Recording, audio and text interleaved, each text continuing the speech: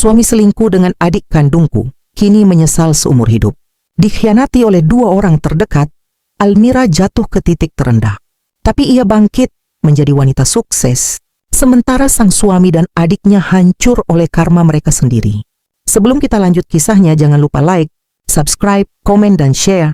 Terima kasih bagi yang sudah subscribe, semoga rezekinya lancar dan sehat selalu. Sekarang mari kita mulai kisahnya. Yang paling menyakitkan bukan saat dikhianati, tapi saat pengkhianatan itu datang dari orang yang paling kau percayai. Kalimat itu terus terngiang di benakku, bahkan setelah bertahun-tahun berlalu. Aku adalah Almira, seorang istri yang pernah memuja suaminya bagai pahlawan.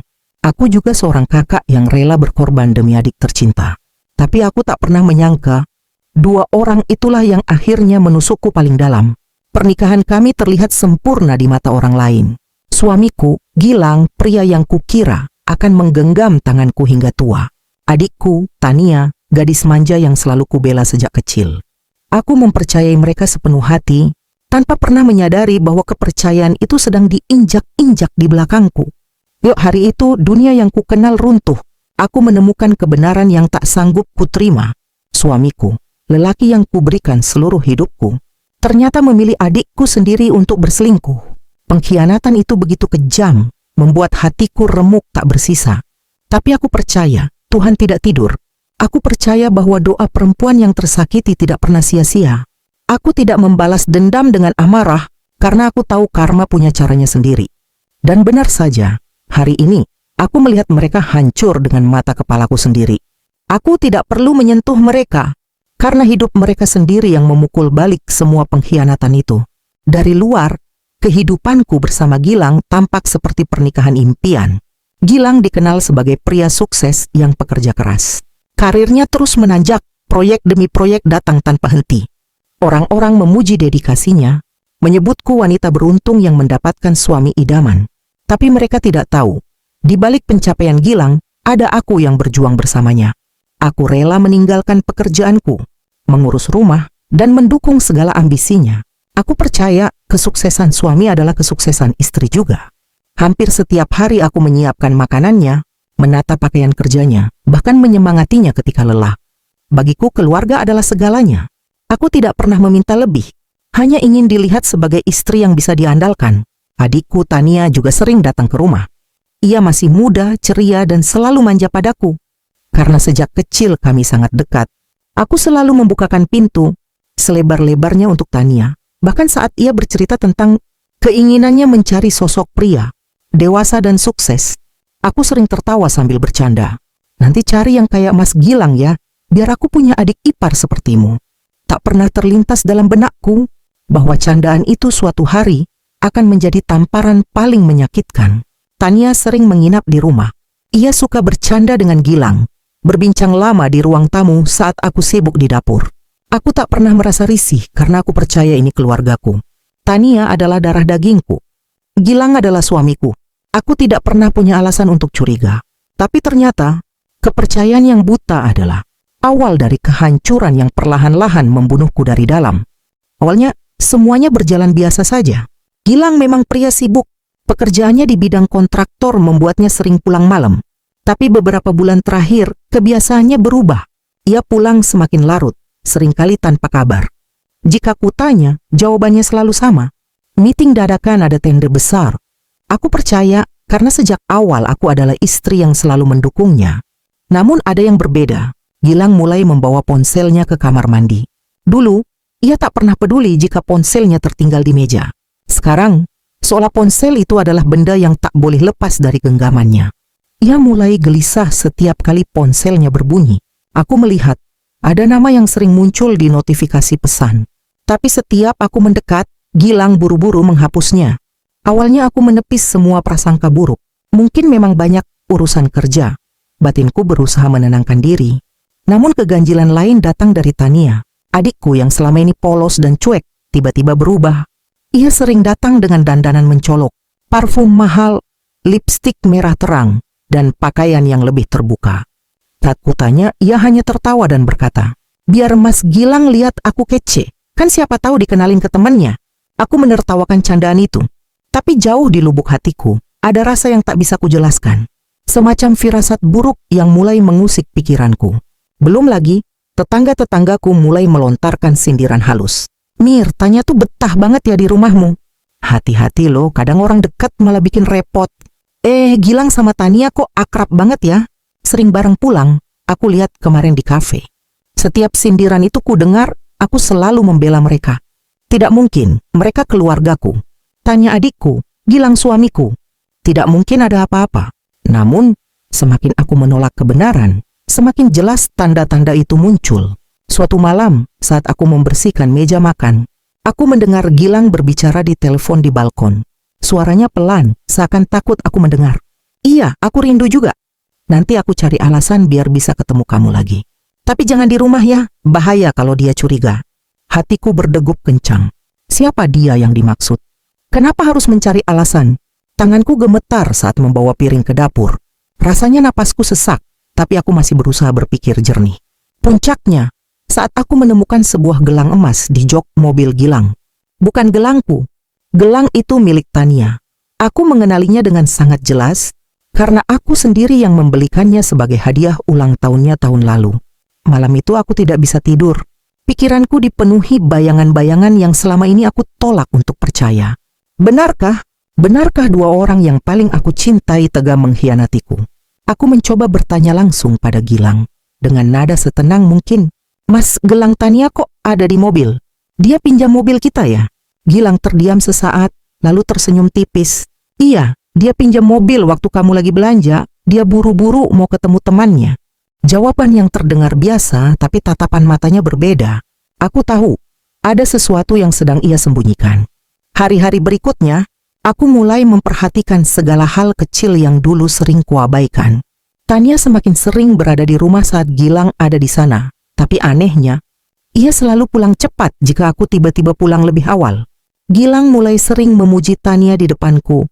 "Tania sekarang makin dewasa ya, beda banget sama dulu." Dan Tania hanya tersenyum sambil melirik Gilang dengan tatapan yang tak lagi ku kenal. Aku mencoba membohongi diriku sendiri, meyakinkan diriku bahwa ini hanyalah prasangka. Tapi batinku tahu badai besar sedang menantiku di depan mata. Malam itu, aku duduk sendiri di ruang tamu. Lampu sudah redup, jam menunjukkan pukul 11 malam. Gilang belum pulang. Aku mencoba menguatkan hati, menenangkan diri, meski pikiranku dipenuhi bayangan buruk yang tak bisa kuhentikan.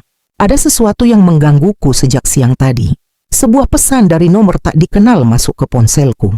Isi pesannya singkat, tapi menghancurkan duniaku. "Buka matamu, suamimu dan adikmu bukan orang sebaik yang kau kira." Tak ada nama, tak ada bukti, hanya sebuah kalimat yang membuat dadaku sesak. Aku menatap ponselku lama.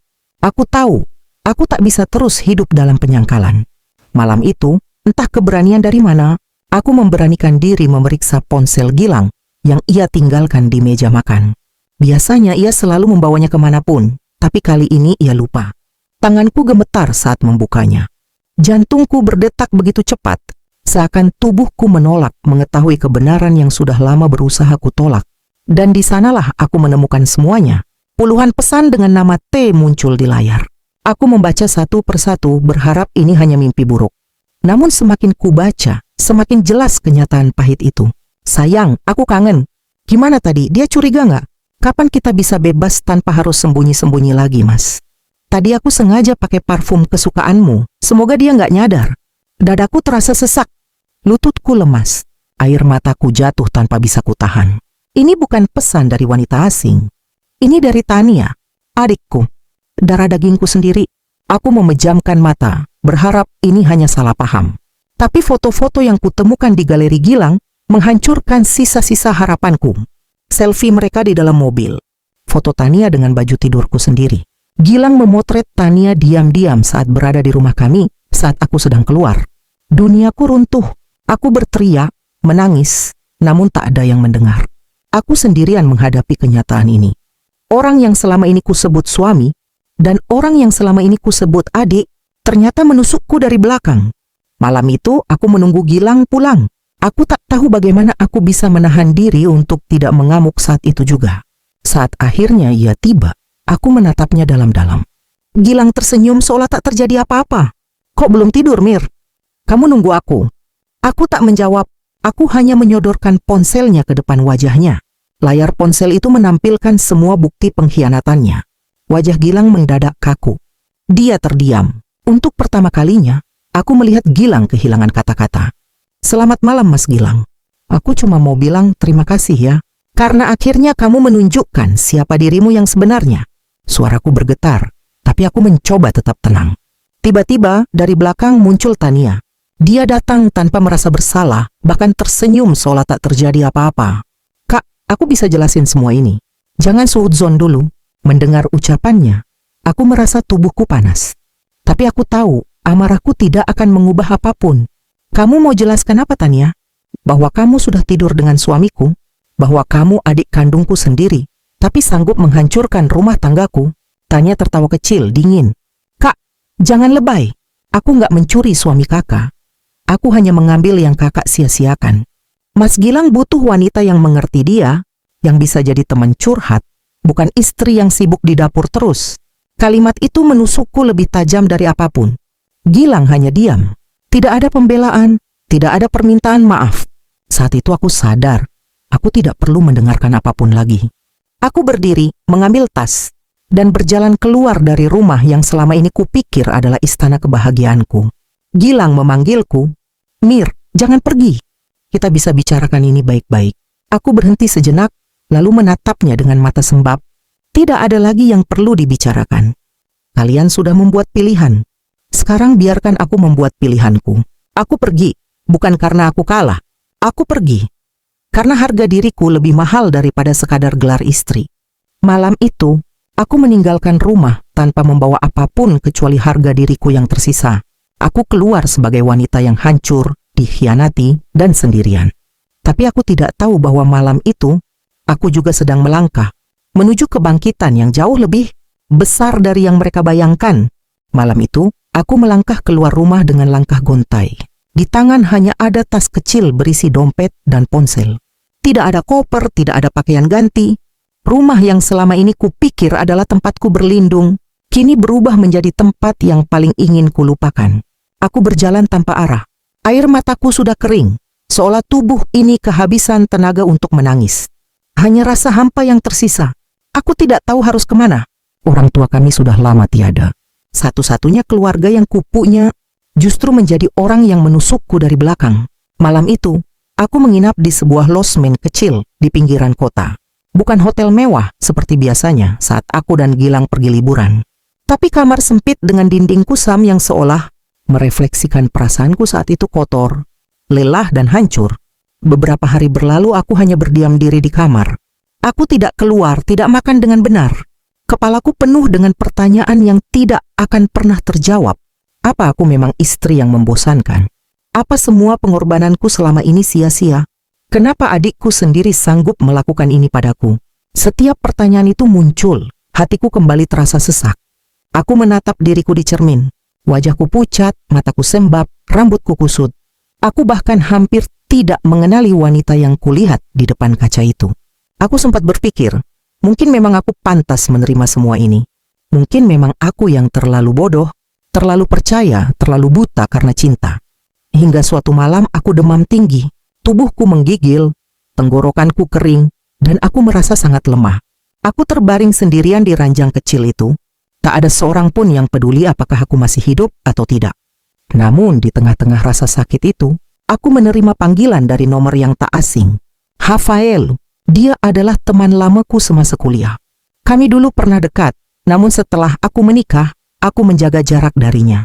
Almira, aku dengar kabar soal kamu. Kamu di mana sekarang? Suara Rafael terdengar cemas. Aku tidak tahu bagaimana kabar tentangku bisa sampai kepadanya, tapi mendengar suaranya membuatku merasa ada seseorang yang masih peduli. Malam itu Rafael datang menjemputku. Dia terkejut melihat kondisiku yang begitu menyedihkan. Tanpa banyak bicara, ia membawaku ke klinik terdekat. Selama berjam-jam ia menungguiku, memastikan aku mendapatkan perawatan. Tak ada kalimat basa-basi, tak ada pertanyaan menyakitkan. Hanya kehadirannya yang diam-diam menjadi penyelamatku malam itu. Setelah kondisiku membaik, Rafael mengajakku tinggal di rumah kontrakannya sementara waktu. Aku tidak akan mengganggu Almira. Aku hanya ingin kamu punya tempat yang aman untuk bangkit, katanya dengan tulus. Aku menatap Rafael lama. Lelaki ini begitu sederhana, tapi hatinya lebih luas dari siapapun yang pernah ku kenal. Hari-hari berikutnya, Rafael secara perlahan membantuku mengisi kembali kekosongan itu. Ia mengajakku keluar rumah mencari udara segar, dan sesekali tertawa kecil dengan candaan bodohnya. Ia mengingatkanku bahwa aku masih Almira yang dulu, bukan Almira yang lemah dan hancur karena pengkhianatan dua manusia egois. Suatu sore, Rafael mengajakku ke sebuah pasar seni kecil. "Kamu masih suka bikin kerajinan tangan kan, Mir? Kenapa nggak coba buka lagi? Aku yakin orang-orang akan suka dengan karya kamu." Kalimat sederhana itu membangunkan sesuatu dalam diriku. Sesuatu yang sudah lama terkubur sejak aku menikah dengan Gilang. Aku memandangi etalase yang penuh dengan barang-barang buatan tangan. Tas rajut, hiasan kayu, pernak-pernik kain flanel. Dan saat itu aku sadar aku harus melakukan sesuatu. Aku tidak bisa terus menjadi wanita yang dikasihani. Di momen itu aku memutuskan, aku akan bangkit. Aku akan memulai dari nol. Bukan untuk membuktikan apapun pada Gilang atau Tania, tapi untuk diriku sendiri. Aku mulai mengumpulkan sisa tabungan yang kupunya. Aku membeli bahan-bahan sederhana dan mulai membuat kerajinan tangan di kontrakan kecil Rafael. Ia memberiku ruang di sudut rumahnya yang kami sebut workshop impian Almira. Awalnya hanya ada 2 atau 3 pesanan dari teman-teman Rafael, tapi dari mulut ke mulut, karyaku mulai dikenal. Aku mulai membuka toko online kecil. Lambat laun, pesanan datang dari berbagai kota. Tidak mudah. Ada hari-hari di mana aku menangis kelelahan, ada malam-malam di mana aku nyaris menyerah. Tapi setiap kali aku teringat wajah Gilang dan Tania, aku menguatkan diri. Bukan dengan amarah, tapi dengan tekad. Aku ingin buktikan pada diriku sendiri bahwa aku lebih dari sekadar status sebagai istri seseorang. Hari demi hari, aku melihat perubahan dalam diriku. Mataku yang dulu sembab kini kembali berbinar. Tubuhku yang lemah mulai kembali kuat. Dan tanpa kusadari, aku mulai tersenyum lagi. Di balik segala luka, aku mulai menemukan diriku yang baru. Aku bukan lagi Almira yang naif dan mudah percaya. Aku adalah Almira yang bangkit dari pengkhianatan dan siap melangkah menuju kehidupan yang lebih bermakna. Hari-hariku di kontrakan kecil Rafael bukan sekadar hari-hari untuk bertahan hidup, tapi menjadi titik balik bagiku untuk bangkit. Aku memulai dari hal yang paling aku kuasai sejak dulu, kerajinan tangan.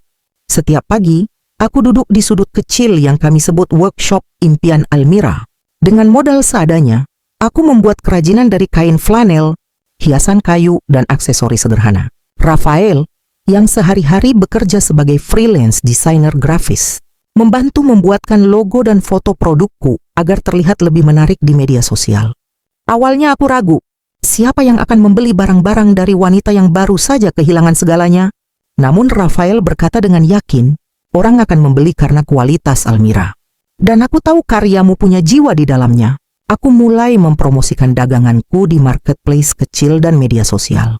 Tak ada modal untuk iklan besar, hanya kejujuran dalam setiap postinganku. Aku bercerita tentang setiap produk yang kubuat, tentang tangan yang menganyam sambil menahan luka, tentang perjuangan seorang wanita yang memilih bangkit daripada meratapi nasib.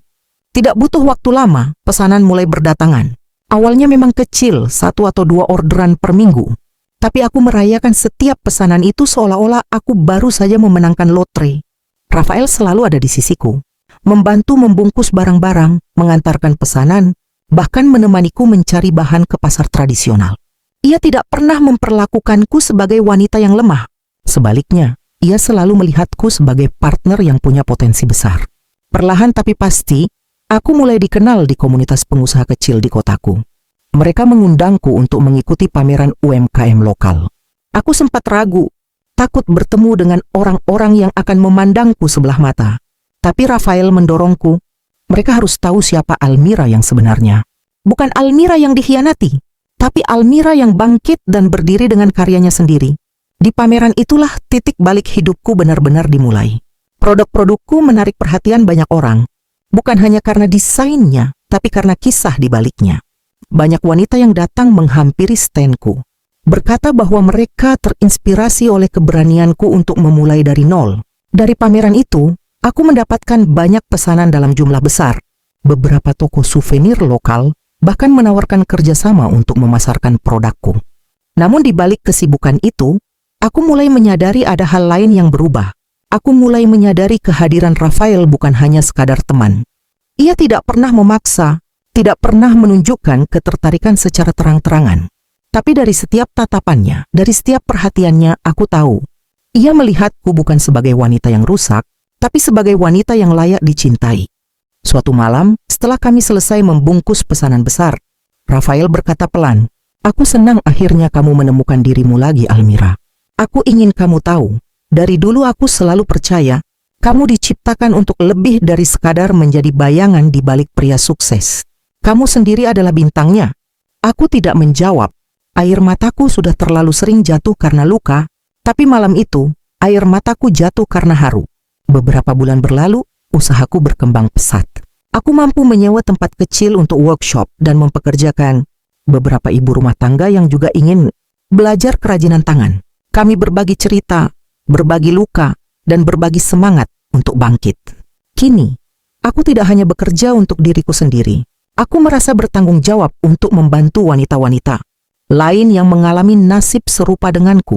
Aku membangun komunitas kecil, mengajarkan mereka keterampilan, memberi mereka peluang yang dulu sempat hilang dariku. Nama Almira mulai dikenal di berbagai acara UMKM dan pameran nasional. Produkku masuk ke berbagai toko souvenir besar, bahkan mendapat liputan media lokal sebagai kisah ibu rumah tangga yang bangkit dari pengkhianatan.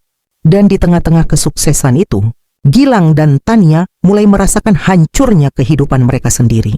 Rafael pernah memberitahuku secara tak sengaja bahwa bisnis Gilang mengalami kerugian besar. Tania, yang dulu begitu membanggakan dirinya, kini terjebak dalam rumah tangga yang penuh pertengkaran. Aku mendengar kabar bahwa Tania sering bersikap kasar pada Gilang, menuntut lebih, menghabiskan uang tanpa memikirkan konsekuensinya. Namun, aku tidak mencari tahu lebih lanjut. Aku tidak membalas dendam. Aku tidak punya waktu untuk itu. Aku terlalu sibuk membangun hidupku. Mereka boleh mengkhianatiku, tapi aku memilih untuk tidak menghancurkan diriku sendiri. Di setiap pameran, aku berdiri dengan kepala tegak. Di setiap produk yang kubuat, ada kisah perjalanan seorang wanita yang memutuskan untuk bangkit, bukan demi pembuktian kepada orang lain, tapi demi dirinya sendiri. Dan di antara kerumunan orang-orang yang mengagumi karyaku, ada satu sosok yang selalu diam-diam mendukungku dari belakang Rafael. Ia tidak pernah mengambil kredit atas keberhasilanku, tapi aku tahu, tanpanya, aku tidak akan sampai sejauh ini. Kebangkitanku bukan sekadar tentang bisnis. Ini tentang menemukan kembali harga diriku yang sempat hilang. Tentang mencintai diriku sendiri sebelum mencintai orang lain. Aku telah menemukan kembali Almira yang hilang. Almira yang tidak lagi bergantung pada validasi siapapun. Almira yang kini berjalan dengan langkah pasti menuju masa depan. Sementara aku sibuk membangun hidupku, kabar tentang Gilang dan Tania mulai tersebar pelan-pelan tapi pasti. Apa yang dulu kuanggap sebagai mimpi buruk, kini berbalik menjadi pelajaran bahwa karma selalu bekerja tepat waktu tanpa perlu aku campuri. Setelah pernikahan mereka yang digelar secara diam-diam, Gilang dan Tania memulai kehidupan yang katanya bahagia. Namun kebahagiaan yang dibangun di atas pengkhianatan tidak pernah bertahan lama. Gilang, yang dulu begitu percaya diri dengan kariernya, mulai menghadapi tekanan besar di tempat kerjanya. Proyek-proyek besar yang dulu datang silih berganti, kini mulai tersendat. Keputusan-keputusan bisnisnya menjadi berantakan, karena kini ia tak lagi memiliki Almira di sisinya, wanita yang diam-diam selalu mengatur segala urusan rumah tangga dan mendukung ketenangannya bekerja. Tania, yang dulu terlihat manis di depan Gilang, mulai menunjukkan wajah aslinya. Ia bukan tipe wanita yang mau hidup sederhana. Ia menuntut lebih, ingin tetap menikmati kehidupan mewah seperti saat Gilang masih bersama Almira. Tania sering menghabiskan uang untuk berbelanja barang-barang branded, memamerkan gaya hidup palsunya di media sosial, seolah-olah hidup mereka masih sempurna. Gilang mulai tertekan. Dari luar, ia mencoba mempertahankan citra sebagai pria sukses. Tapi di dalam rumah, pertengkaran dengan Tania menjadi makanan sehari-hari. "Kamu janji waktu itu mau bahagiain aku, Mas. Ini malah makin susah, makin miskin." Tania tak segan membentak Gilang di depan orang lain, mempermalukannya sebagai suami yang gagal. Puncaknya, bisnis Gilang mengalami kerugian besar akibat keputusan gegabahnya. Ia memutuskan untuk berinvestasi di sebuah proyek properti yang ternyata bermasalah. Tanpa Almira yang dulu selalu membantu mengatur keuangan, Gilang terjebak dalam hutang besar. Rekan-rekan bisnisnya mulai menjauh. Klien-klien penting memutuskan kontrak. Nama Gilang yang dulu harum di dunia kerja kini menjadi bahan cibiran. Tania, yang sejak awal hanya mencari kenyamanan dan status, mulai kehilangan kesabaran.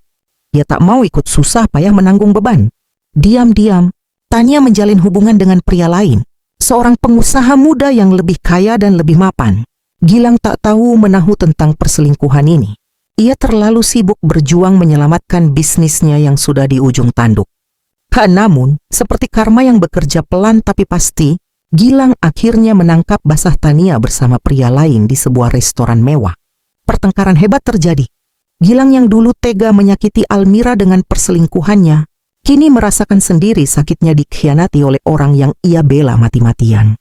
Namun berbeda dengan Almira yang memilih pergi dengan harga dirinya, Tania meninggalkan Gilang dengan hinaan yang menusuk. "Kamu pikir aku mau hidup susah sama pria gagal kayak kamu? Dulu aku cuman mau enaknya aja, Gilang. Sekarang kamu bukan siapa-siapa." Tania pergi meninggalkan Gilang dalam kondisi hancur. Ia membawa serta sisa-sisa harta yang mereka punya, menjual perhiasan dan barang-barang Gilang untuk hidup mewah bersama selingkuhannya. Tapi seperti roda yang terus berputar, kehidupan Tania juga tidak bertahan lama. Pria yang ia kira akan memberinya kemewahan, ternyata hanya memanfaatkannya sebagai wanita pelarian. Tak butuh waktu lama hingga Tania dibuang, dan kini ia hidup dengan stigma sebagai perusak rumah tangga orang. Sementara itu, Gilang jatuh ke titik terendah. Ia kehilangan pekerjaannya, terjebak dalam hutang, dan ditinggalkan oleh semua orang yang dulu menyanjungnya. Ia mencoba menghubungiku beberapa kali, mengirim pesan-pesan panjang penuh penyesalan. Namun aku tidak pernah membalas. Bukan karena aku membencinya, tapi karena aku sudah selesai dengan masa lalu. Aku mendengar kabar dari kenalan lama bahwa Gilang kini bekerja serabutan, menerima proyek-proyek kecil untuk sekadar bertahan hidup. Dia yang dulu menginjak harga diriku, kini berjuang memungut kembali harga dirinya yang telah hancur. Di saat itu, aku sedang sibuk mempersiapkan pembukaan toko fisik pertamaku. Workshop yang dulu berdiri di sudut kontrakan kecil Rafael, kini berubah menjadi butik kerajinan tangan yang elegan dan penuh cerita. Dalam diam aku menyaksikan karma bekerja. Aku tidak pernah membalas dendam dengan tanganku sendiri, tapi Tuhan menunjukkan padaku bahwa keadilan selalu datang, meski lewat cara yang tak pernah kita sangka.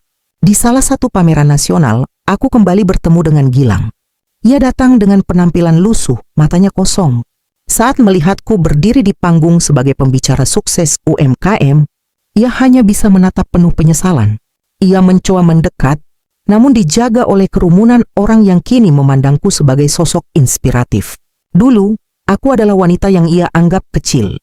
Tapi kini, aku berdiri di tempat yang tak akan pernah bisa ia raih kembali.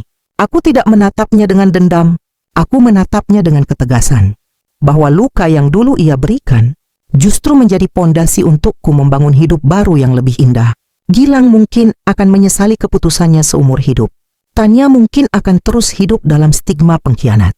Tapi aku, Almira, sudah melangkah terlalu jauh untuk menoleh ke belakang. Hari itu adalah hari yang sangat penting bagiku.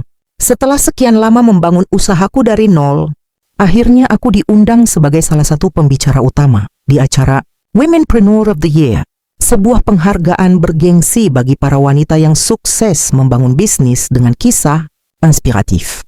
Butik kerajinan tanganku kini telah berkembang, menjadi brand yang dikenal di seluruh kota, bahkan menembus pasar nasional. Almira Craft bukan hanya tentang produk, tapi tentang perjalanan perjuangan dan ketulusan seorang wanita yang memilih bangkit. Di balik layar panggung, aku berdiri dengan percaya diri. Dress berwarna nude elegan membalut tubuhku yang kini jauh lebih sehat dan bugar. Makeup natural dan senyum tulusku menjadi mahkota yang lebih berharga daripada apapun yang pernah kumiliki. Rafael berdiri di belakang, memberiku anggukan semangat. Ia adalah sosok yang selalu ada, yang diam-diam menjadi tulang punggung kekuatanku selama ini. Hari itu, dia bukan hanya temanku, dia adalah bagian dari keberhasilanku. Acara berlangsung meriah. Saat namaku dipanggil ke atas panggung, tepuk tangan menggema di seluruh ruangan. Aku berdiri, menatap ratusan pasang mata yang memandangku dengan kagum. Saya Almira. Dulu, Saya hanyalah seorang istri yang hidup di balik bayang-bayang suaminya. Saya pernah hancur karena pengkhianatan oleh suami dan adik kandung saya sendiri. Tapi hari ini saya berdiri di sini bukan karena saya membalas dendam, melainkan karena saya memilih untuk menyembuhkan diri saya sendiri. Suasana ruangan hening. Semua orang mendengarkan dengan penuh perhatian. Saya belajar bahwa ketika kita dikhianati, kita hanya punya dua pilihan, terus terpuruk, atau berdiri dan membuktikan bahwa luka itu bisa menjadi kekuatan. Tepuk tangan riuh membanjiri ruangan. Aku tersenyum, tapi di tengah kerumunan itu, mataku menangkap sosok yang familiar. Gilang, ia berdiri di belakang, di sudut ruangan, dengan wajah penuh kesedihan. Tubuhnya tampak kurus, wajahnya jauh dari sosok pria yang dulu begitu sombong. Ia tidak datang sebagai undangan, tapi sebagai penonton yang hanya bisa melihat dari kejauhan.